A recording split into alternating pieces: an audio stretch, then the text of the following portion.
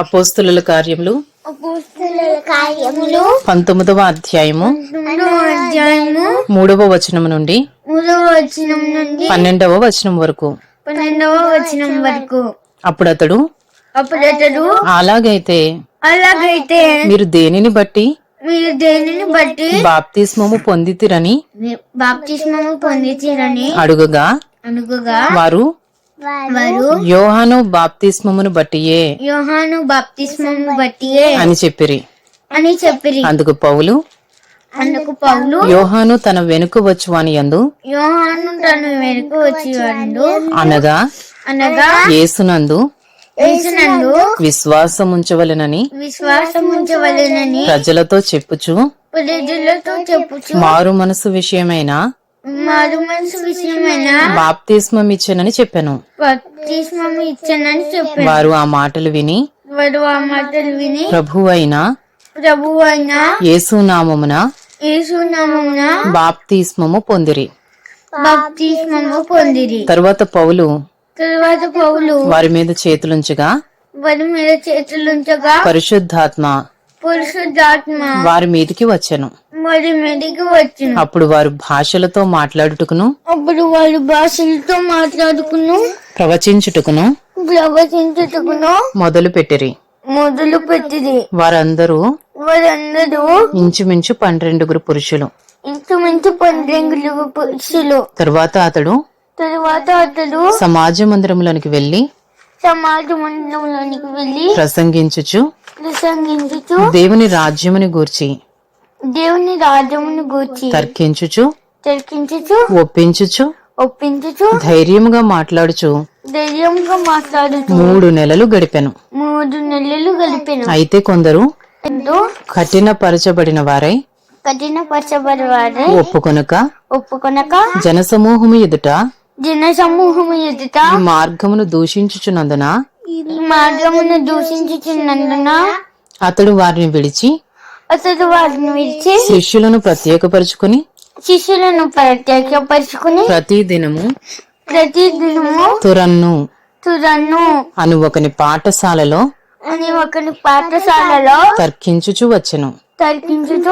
2 ఏండ్ల వరకు ఈలాగున జరిగెను.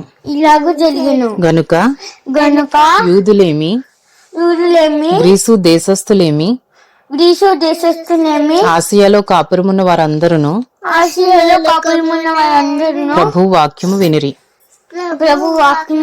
మరియు దేవుడు పౌలు చేత విశేషమైన అద్భుతములను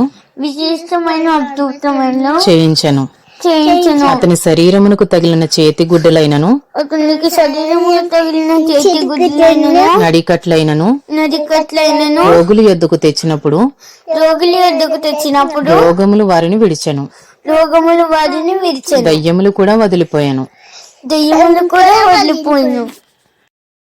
అపోస్తలుల కార్యములు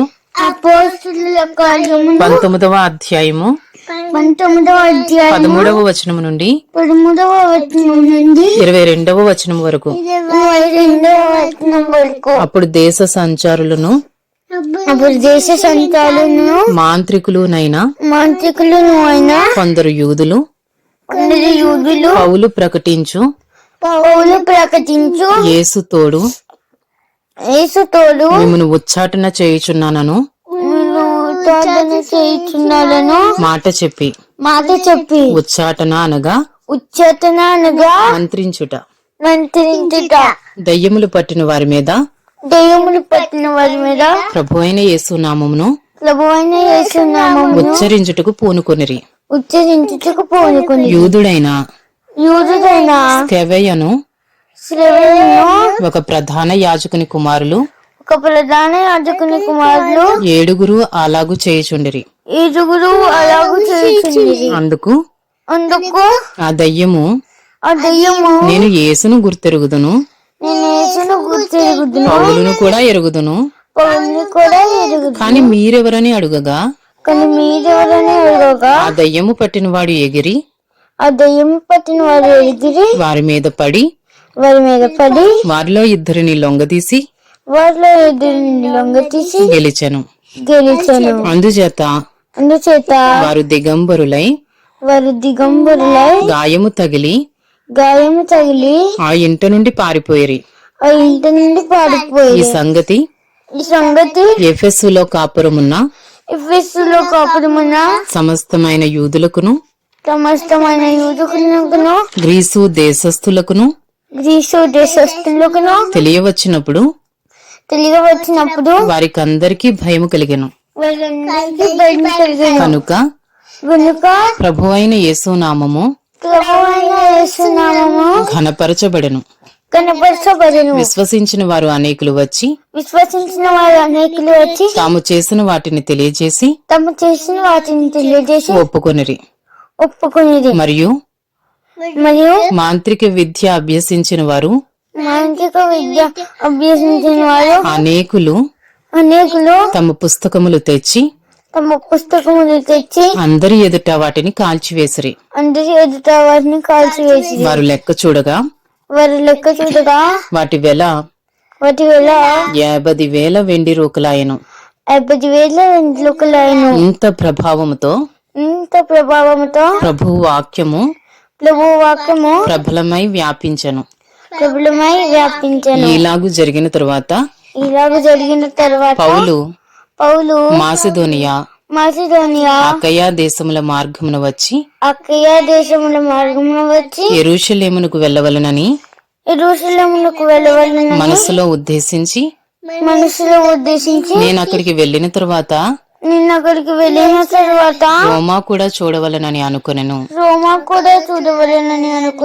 అప్పుడు తనకు పరిచర్య చేయువారిలో తిమోతి ఎరస్తు అను వారినిద్దరిని మాసిదోనికు పంపి తాను ఆసియలో కొంతకాలము నిలిచియుండెను.